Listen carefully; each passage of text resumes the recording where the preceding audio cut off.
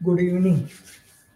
आज आपला ऑनलाईन तासामध्ये आपला आज सममूल्य अपूर्णांकावरती आपलं उदाहरण होतील. त्याच्याविषयी आपण समजून घेऊया की सममूल्य अपूर्णांक काय, कसा असतो, सममूल्य अपूर्णांक म्हणजे काय, यावरती आपली चर्चा या तासामध्ये होईल. आता मागच्या भागामध्ये आपण काय पाहिलं त्याच्याविषयी थोडं आपण चर्चा करूया आणि मग सममूल्य अपूर्णांक जाऊ.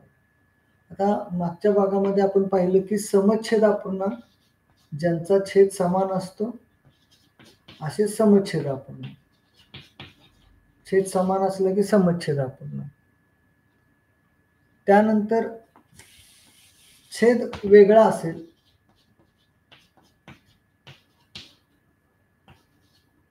छेद वेगळा आला की भिन्न छेद अपूर्णांक म्हणतो.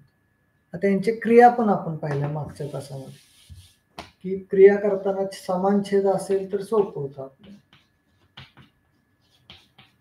आपण बेरीज करतो. छेद समान असेल समान छेद तसाच ठेवतो, वरच्याची बेरीज करतो. आता याच्यामध्ये जर छेद आणि अंश सारखा आला तर एक उत्तर येतं. त्याच्यावर त्याचं पण कसं ते भागाकार होतो, अतिसंक्षिप्त रूप जातं आणि मग एक उत्तर राहील. हे मागील भागात पाहिले आपण. मागील भागाचा व्हिडिओ तुम्ही पाहिला परत एकदा की तुम्हाला हे सर्व त्या भागामध्ये बघायला मिळेल. आज आपण बघणार आहे ते सममूल्य अपूर्णांक कोणाला म्हणतात. सम याचा अर्थ समान, मूल्य म्हणजे किंमत, समान किंमत असणारे अपूर्णांक, समान किंमत असणारे. आता समान किंमत असणारे कशी ठरवायची त्याच्या अगोदर तुम्हाला आकृती दाखवतो.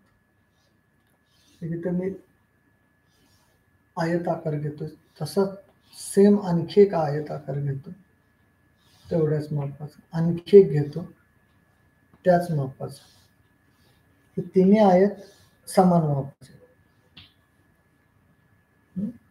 आता ह्या तिन्ही आयतच्या बाबतीत मी काय करतोय बघा, ह्या तिन्ही आयतचे मी तीन समान, आता इथं तीन समान भाग करतो. ह्या आयतामध्ये मी त्या तेवढ्याच मापाचा इथं मी चार समान भाग केले आणि ह्या आयतामध्ये मी समान किती भाग करतोय बघा, तर मी 6 समान भाग करतो. तिन्ही पण आकृत्या समान आकाराच्याच आहेत, पण भाग करताना मी कसं केले, थोडं वेगळ्या पद्धतीने केले. इथं 3 समान भाग दिसतील, इथं 4 समान भाग दिसतील. या आकृतीत 1 2 3 4 5 6 समान भाग दिसतील. तिन्ही आकार सेमच आहेत, आकार सारखाच आहे, आकारात बदल नाही. पण ह्या आकारामध्ये मी 3 भाग केले, तिथं 4 भाग केले, तिथं 6 भाग केले. आता मी काय करतोय बघा पुढं, आता तिन्हींचा अर्थ एकच आहे. आता इथं 3/3 लिहिलं, आता इथं 4/4 आणि इथं 6/6 लिहिलं. आता परत एक मी काय काम करतोय बघा, हे सोडतो आता मी काय करतोय बघा, हे आकार थोडा बदलतो. आता तो पण आकार बदलतो. आता हे भागचा विषय झाला. आता मी काय करतोय बघा, आता ह्याचा अर्धा भाग करतो, ह्याचा पण अर्धा भाग करतो, इथं पण अर्धा भाग करतो. तिन्हींचा अर्धा भाग केला. ह्यामध्ये मी हा अर्धा भाग रंगवतो, इथं रेखांकित करतो. आता इथं मी काय करतोय, आणखी इथं 2 भाग समान करतो, म्हणजे 4 भागात रूपांतर करतो. आता एवढाच अर्धा भाग आहे, त्या अर्ध्या भागातला मी हा अर्धा भाग आपण रंगवून घेऊ. आता इथं 2 भाग आहेत, 4 भागातले मी 2 भाग रंगवले, तिथं 2 भागातला 1 रंगवला. आता इथं किती करतोय, इथं मी आता इथं अर्धा भाग तयार होत होता, त्यातलं मी हे एवढाच भाग रंगवतो, अर्धा भाग रंगवतो यातला. आता इथं अर्धा रंगवताना 1 भाग दिसतोय, इथं अर्धा रंगवताना 2 भाग दिसत आहेत, 1 2. इथं अर्धा रंगवताना 1 2 3 भाग दिसत आहेत. तिन्हींचा पण अर्धाच आहे, तिन्ही अर्धेच आहेत. आता हा रंगवलेला भाग किती होईल तयार, रंगवलेला भाग 1 आहे, एकूण किती भागापैकी 1 2 2 भागापैकी 1 रंगवला. आता इथं किती होतात बघूया, इथं एकूण भाग किती आहेत? 1 2 3 4 4 भागापैकी 2 भाग रंगवले. इथं पण अर्धाच दिसेल, हा पण अर्धाच दिसेल. इथं अर्धा दिसताना कसा दिसतोय? एकूण 6 भाग आहेत, त्यातले 3 रंगवले. बघा 4चा अर्धा 2, 1चा अर्धा 1, 2चा अर्धा 1, 3चा अर्धा 3, 6चा अर्धा 3 सॉरी, 4चा अर्धा 2, 2चा अर्धा 1. आता इथं प्रत्येकाचं मी अर्धा भाग रंगवला. इथं अर्धा आहे, इथं पण अर्धाच आहे.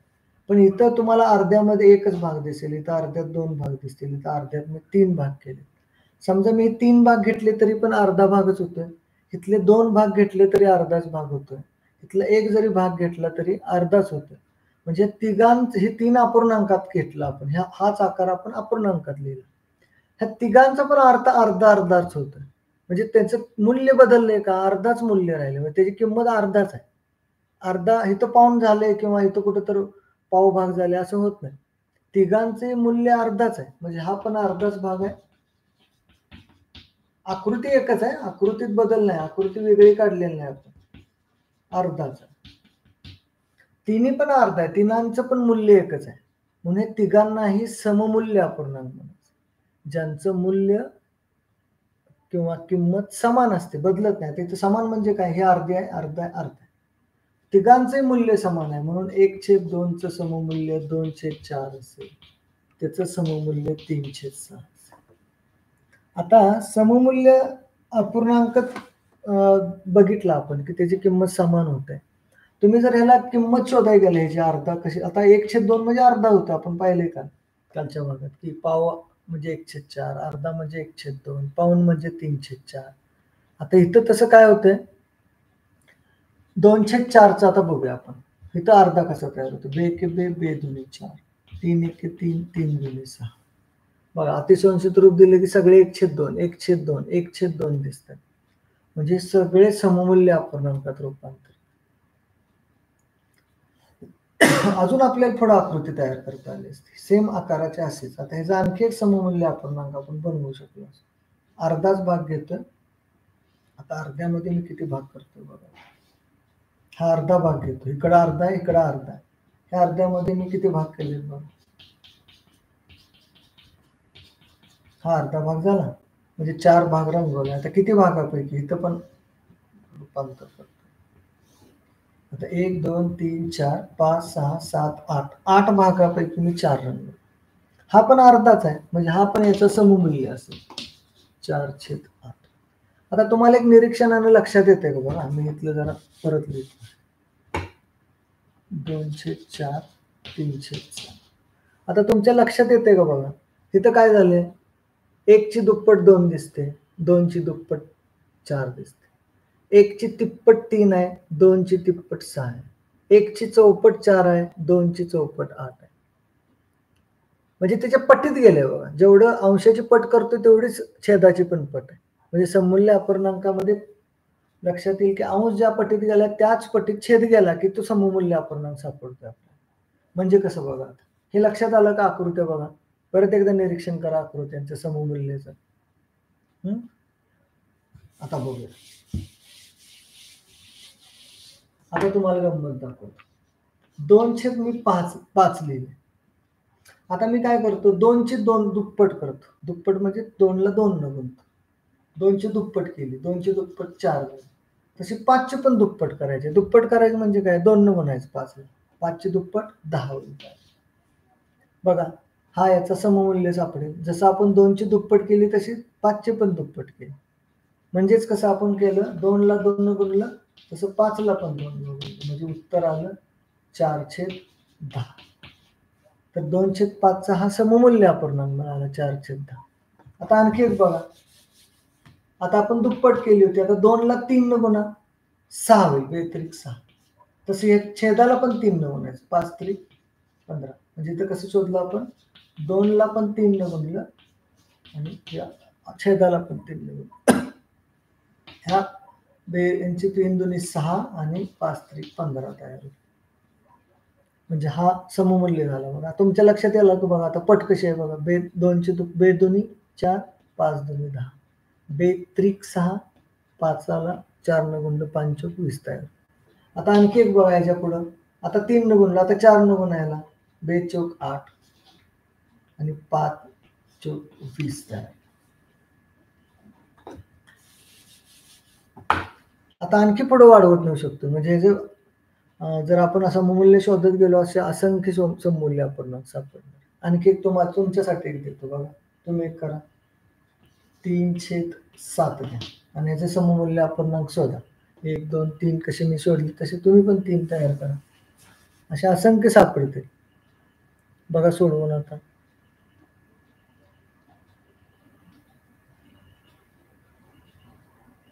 सगळ्यांनी प्रयत्न करून बघा. आता इथं काय होणार, 3 ला 2 न गुणला 3 दुनी 6, 7 ला पण 2 न गुणलं 14.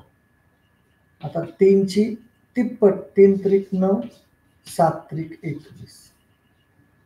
आता 3 ची चौपट, 3 चौक 12, 7 चौक 28.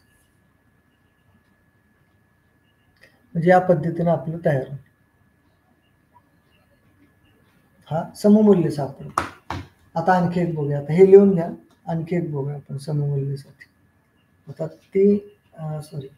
5/10 घेऊया. तर 5/10 सममूल्य शोधायचं.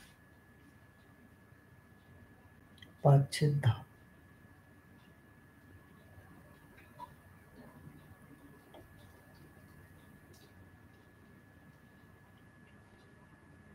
आता हे सममूल्य शोधताना फक्त लक्षात ठेवा, पट काय दिल्या किंवा अतिसंक्षिप्त रूप देऊन पण आपण पट शोधू शकतो.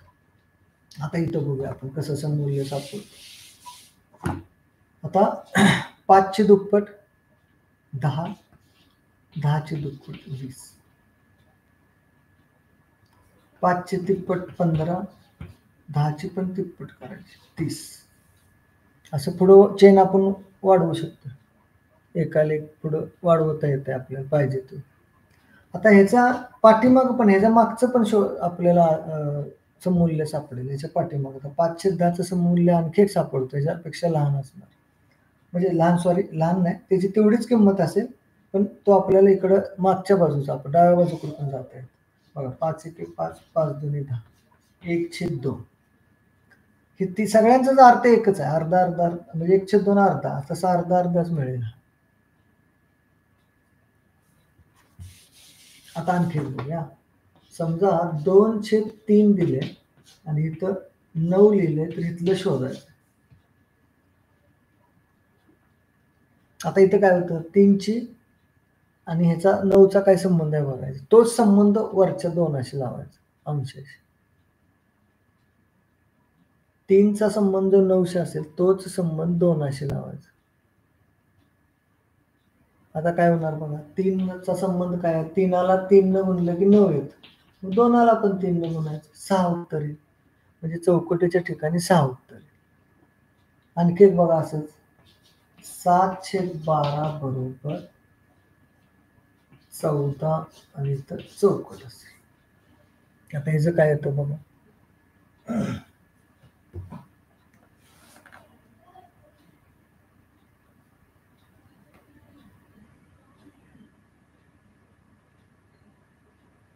आता ह्याचं पण शोधून बघा. आता इथं 7 आणि 14चा काय संबंध आहे, 7ला 2 न गुणले की 14 आहेत. तसं 12ला पण 2 न गुणायचं, 12 2 24. म्हणजे ह्याचा सममूल्य अपूर्णांकाचा आहे हा. ते 2/3चा हा सममूल्यचा अपूर्णांक. आता आणखी एक बघू. हे लिहून घेतलं बघा. आता एक तुम्हाला आणखी एक द्यायचं. 1/7 बरोबर 5/4. आता ह्याच्यावरती 5वीला स्वाध्याय आहे बघा, सममूल्य अपूर्णांक घटकामध्ये आहे. त्यातली उदाहरणं आपण बघूयात.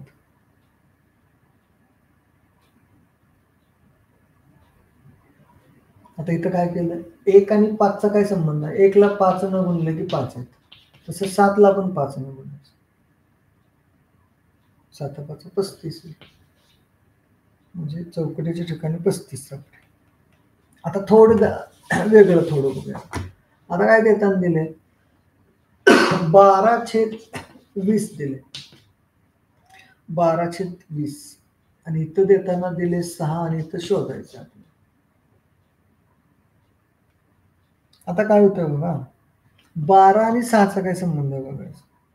तोच संबंध इथं खाली लागला पाहिजे. म्हणजे काय होणार बघा आता.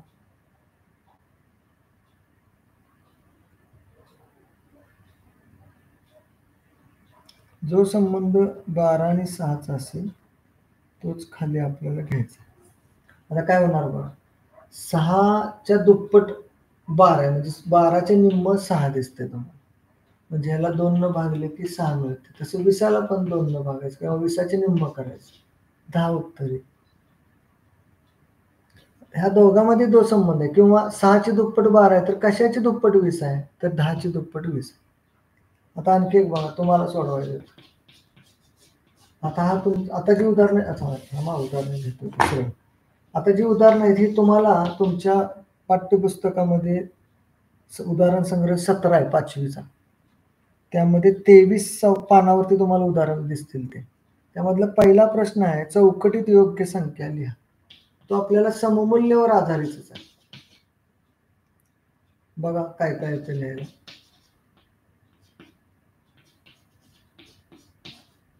सममूल्य अपूर्णांक आधारितच आहे.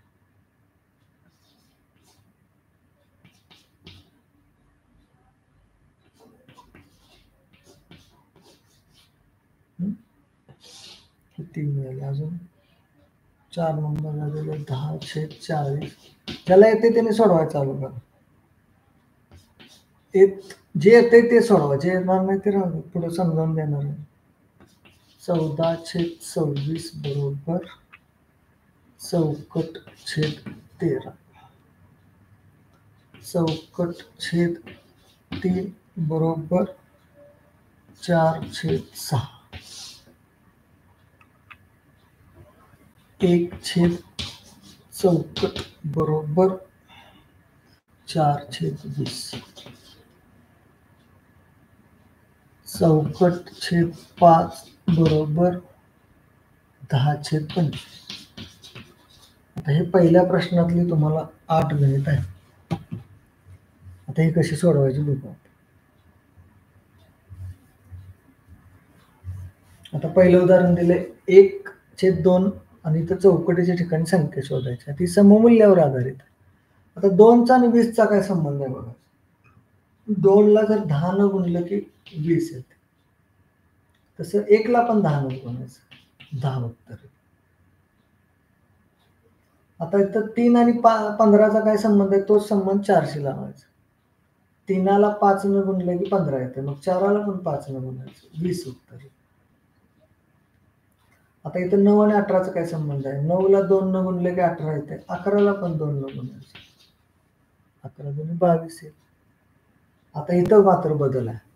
इथं 8ला आणि 40चा काय संबंध आहे बघायचं. 8ला 5 न गुणले की 40 येते. आता इथलं उत्तर शोधताना काय करूया बघा. 8 ने ह्याला भागा, म्हणजे या दोघांमधला काय संबंध आहे तो निघेल, कितीचा संबंध. 8 ने ह्याला भागले की 5 येते, म्हणजे ह्याचा 5चा संबंध. ह्याला 5 न भागले की 8 येते, ह्याला पण 5 न भागा, 2 उत्तर येईल, 2/8. आता तुम्ही म्हणजे इथं गुणायचं आहे, इकडे भागायचं आहे. आता इथं त्याच्यापेक्षा म्हणजे अंश मोठा करत न्यायलाय, छेद मोठा करत न्यायलाय, पटीतच. तिथं लहान रिवर्स यायचं, मागे यायचं, लहान करत आणायचं, म्हणजे पट एकच राहील पण मागे येतो, संख्या वाढवत नेतो आपण. आता इथं पण तसं आहे बघा, 13ची दुप्पट 26 आहे, कशाची दुप्पट 14 येईल, 7च्या दुप्पट. किंवा इथं 2 न भागलं 13 येते, ह्याला 2 न भागलं 7 येईल. आता इथं बघूया, इथं नाही. आता इथं काय होणार, 3ची दुप्पट 6 तर 2ची दुप्पट 4, म्हणजे 3 2 6, 2 2 4. आता इथं कसं, 1ला 4 न, 1ला जर 4 न गुणलं की 4 येते, मग कशाला 4 न गुणल्यावर 20 येईल. मग त्याच्यापेक्षा साधं काय करायचं, ह्याला 1ला 4 न गुणले 4 येईल, चूक 100 लिहितील, इथं चुकेल मग उत्तर. इथं पण तसंच करते, 13 2 26, 14 2 28 लिहिलं, चुकणार मग उत्तर. ह्या 13चा दुप्पट इथं आहे, म्हणजे ह्याच्यात दुप्पट इथं असणार आहे, म्हणजे कुणाची दुप्पट 14 आहे तर 7ची. तसंच इथं आहे, 1ला 4 न गुणले 4 येते, मग कशाला 4 न गुणल्यावर 20 येते, 5ला. किंवा इथं 4 न भागले की उत्तर मिळेल. तसं इथं बघूया आपण. 5 ला 5 न गुणलं की 25 येतं. मग वरचं उत्तर काढताना 10 ला 5 न भागायचं. म्हणजे 2 उत्तर. थोडं जम्बलिंग होईल ना इथं लक्षात काय ठेवा. 25 ला 5 न भागलं की 5 येते. मग ह्याला पण 5 न भागलं की 2 उत्तर सापडेल. हे आपलं उदाहरण संग्रह 23 मधलं 17 मधलं हे 8 गणित पहिल्या प्रश्नाचे असते. आता याच्यावर दुसरा प्रश्न त्यांनी काय दिलाय बघा, हे लिहून घ्या. आता दुसरा प्रश्नाकडे जाऊ यातलाच.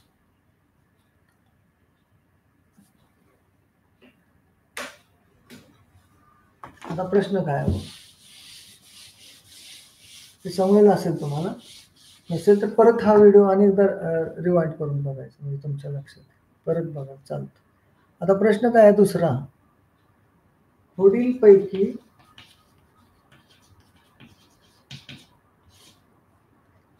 प्रत्येक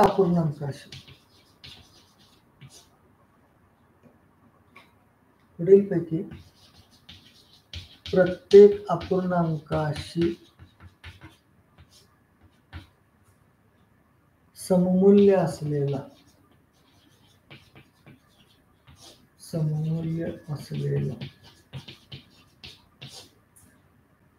आणि छेद 18 असणारा अपूर्णांक मिळवा.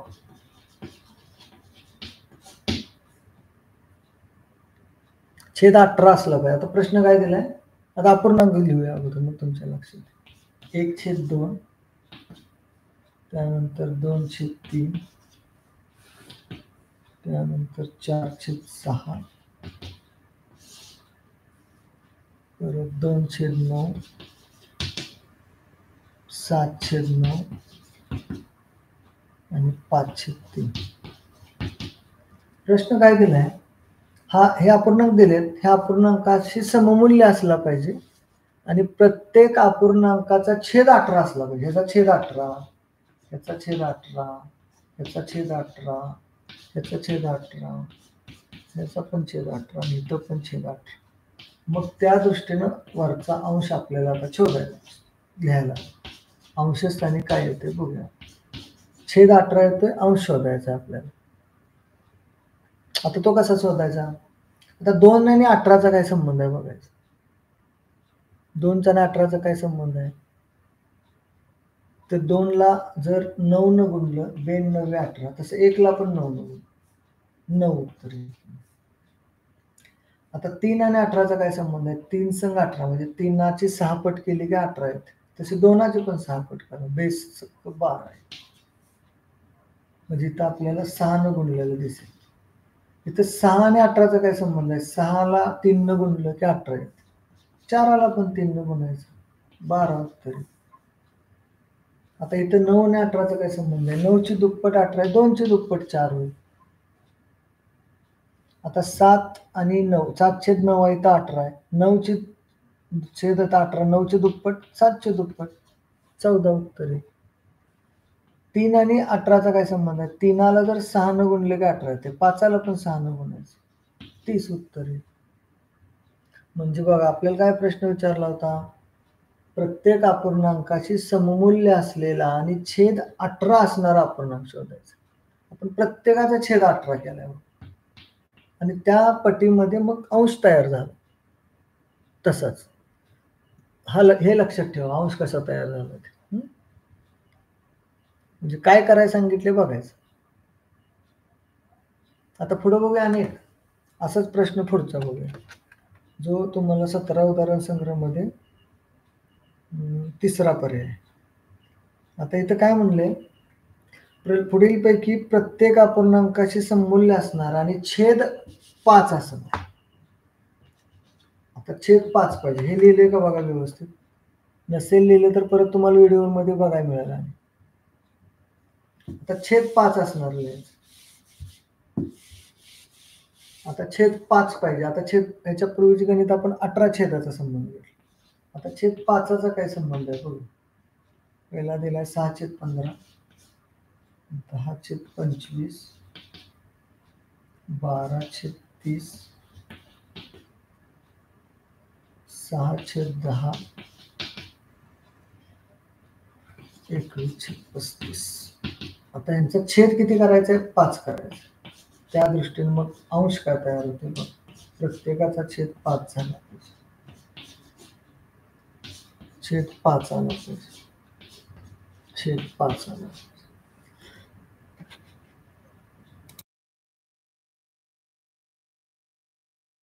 आता त्या दृष्टीने काय तयार होते बघा. छेद प्रत्येकाचा 5 झाला पाहिजे. आता हे परीक्षेला पण येतं बरं का, स्कॉलरशिपला हे अगोदर हे समजल्याशिवाय आपल्याला मग काही गणित स्कॉलरशिपचे घेणं अवघड होतं. तर हे लक्षात ठेवा. आता इथं काय केलंय, 5 ची किती पट आहे? 15 बघायचं. 5ला ची तिप्पट आहे म्हणजे याला 5 ची तिप्पट आहे, जर त्याला 3 न भागले की 5 येते. म्हणजे याला पण 3 न भाग, 2 उत्तर. आता तसेच इथं 5 5 25, 5ला 5 न गुणल्यावर 25 येते, म्हणजे 25ला 5 न भागले की 5 उत्तर येते. तसं वर पण 5 न भागायचं, 2 उत्तर. 5 आणि 30चा काय संबंध आहे? 5ला जर 6 न गुणले की 30 येते. ह्याला 6 न गुणले की 30 येते, मग ह्याला 6 न भागल्यावर 5 येणार. 30ला 6 न भागले की 5 येणार. वर पण 6 न भागायचं, 2 उत्तर. आता इथं पण तसं, इथं 5ची दुप्पट केल्यावर 10 येतं, म्हणजे 10ला जर 2 न भागले की 5 आहे. तसं याला पण 2 न भागा, 6ला 3 उत्तर.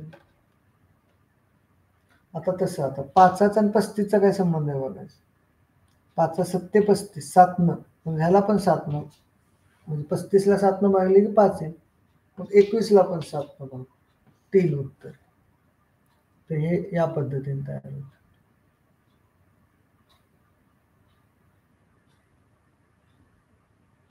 आता पुढे जाऊया आपण. आता जरा वेगळ्या गणिताकडे जाऊ आपण, जी सममूल्य अपूर्णांक आपल्याला स्कॉलरशिपच्या विचारले जाते. आता काय विचारलं जातं बघा आपल्याला, की प्रश्न कसा आहे बघा. सममूल्य अपूर्णांकाला धरून आपण प्रश्न एक बघू. प्रश्न काय विचारला की 4/8 बरोबर चौकट छेद 32, तर चौकट बरोबर किती, असा प्रश्न आहे. आता हे सोडवताना काय करायला लागेल आपल्याला, सममूल्य अपूर्णांकाचा काय संबंध लागतो बघायला लागेल आपल्याला. 8 आणि 32चा काय संबंध आहे बघायचा. तोच संबंध आपल्याला वर 4 अशी लावला पाहिजे. मग 8 चौक 32, तसंच 4ला 4 न 16, म्हणजे चौकटीच्या ठिकाणी किती येईल, तर 16 उत्तर येणार आहे चौकटीमध्ये. तर हे प्रश्न असे स्कॉलरशिपला आपल्याला विचारले जातात. आता आपण बघणार आहे तुलना पण बघूया, याला जोडून आपण तुलना घेऊया. तुलनाचं एक उदाहरण बघा कसं होतं. म्हणजे समच्छेद अपूर्णांक लक्षात आला का बघा.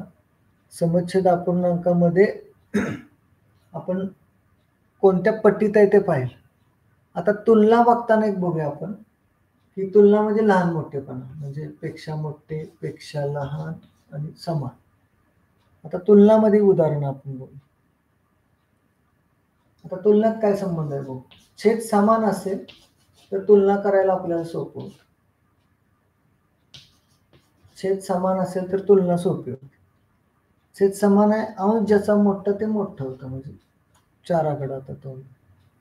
असंच बघा, 10/12 आहे आणि 7/12.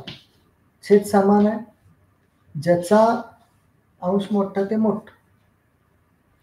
बघा तुम्ही एक करून घ्या, 5/11 आणि 9/11. आता मात्र पुढचं घेणार आहे ते स्कॉलरशिपला खूप विचारलं जातो प्रश्न, ते जरा लक्षात घ्यायचं. आता इथं काय होतं, छेद समान आहे, अंश ज्याचा मोठा ते मोठं होतं. आता ह्याच्या पुढचं बघूया. हे लक्षात आलं का? हे सोपं आहे, म्हणजे छेद समान असेल तर काय अडचण आहे. आता अंश सारखा असेल तर काय होतं बघ. अंश सारखा, अंश सारखा आहे त्यावेळेस काय करायचं. अंश सारखा असेल तर काय होतं बघ.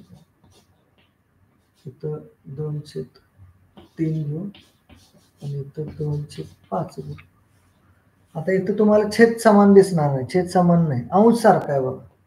त्यावेळेस अंश सारखा असतो त्यावेळेस ज्या अपूर्णांकाचा छेद लहान ती मोठा असतो. या दोघांमध्ये मोठं कोण? मग 5/7 असतं. हे कसं ठरवायचं? ज्यावेळेस अंश सारखा असेल, अंश सारखा त्यावेळेस ज्याचा छेद लहान ते मोठा असतो. आता इथं पण तसं अंश सारखा आहे, ज्याचा छेद लहान ते मोठं होईल. हे लक्षात घ्या. आता हे परीक्षेला वारंवार प्रश्न विचारला जातो. आणखी एक बघूया असं 10/15 10/2. छेद सारखा आहे, छेद सारखा असेल तर ज्याचा छेद अंश सारखा असेल तर ज्याचा छेद लहान ते मोठं.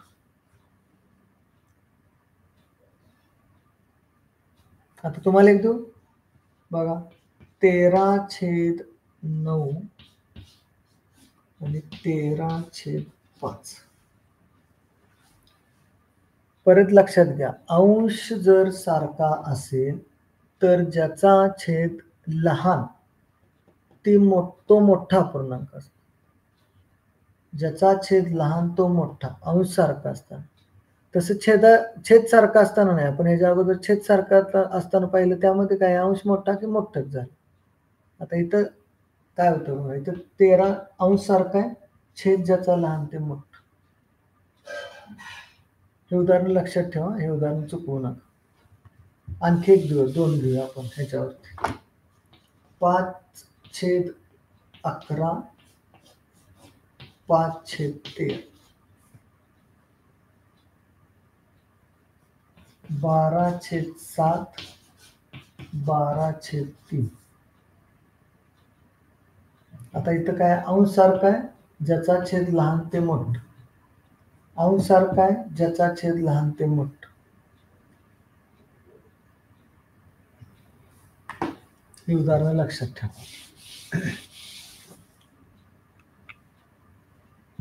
लिहून पण घ्या उदाहरणं व्यवस्थित. ते वारंवार परीक्षेला विचारतात प्रश्न. आता तुलना बघत बघत उद्याच्या तासामध्ये आपण उद्याचा जो भाग आपला असेल त्यामध्ये आपण चढता क्रम उतरता क्रम ह्याची उदाहरणं बघणार आहे, छेद समान करून. आता तुम्हाला आणखी गणित देतो की ज्याचा अंश पण सारखा नाही, छेद पण सारखा नाही. आता हा तिसरा प्रकार तुलनामधला अपूर्णांकाचा. बघा, पहिला प्रकार आपण काय पाहिलं, छेद समान असेल तर. दुसरा बघितला आपण अंश सारखा असेल तर. आता तिसरा आपण बघायला लागलोय तो दोन्ही पण सारखं नाही, अंश पण सारखा नाही, छेद पण नाही. मग अशा वेळेस तुलना कशी ओळखायची, लहान कोणता अपूर्णांक आणि मोठा कसा ओळखायचा. आता तिरकस गुणाकार करायचे, नसेल तर दुसरा पर्याय असतो छेद समान करून ओळखायचं.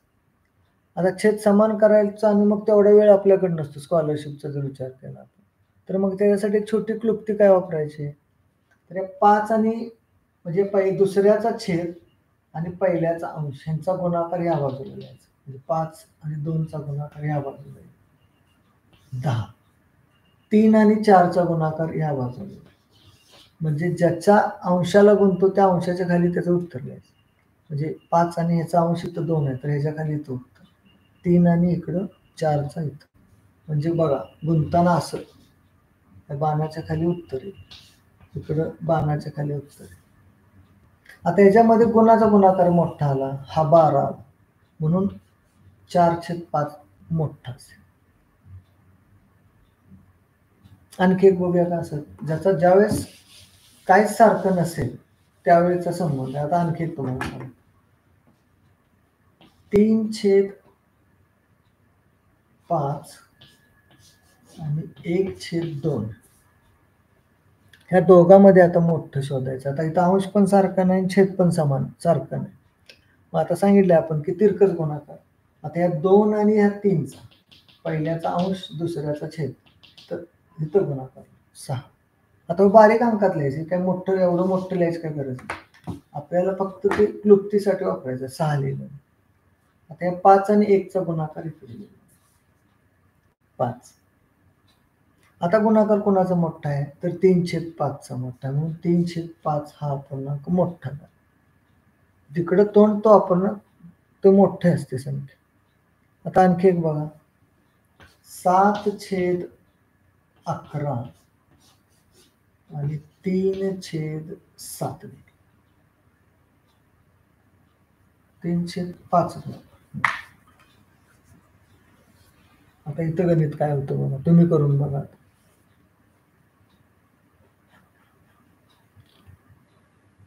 आता इथं काय होतंय, 7 आणि 5चा गुणाकार 35 आणि 11 आणि 3चा गुणाकार 33.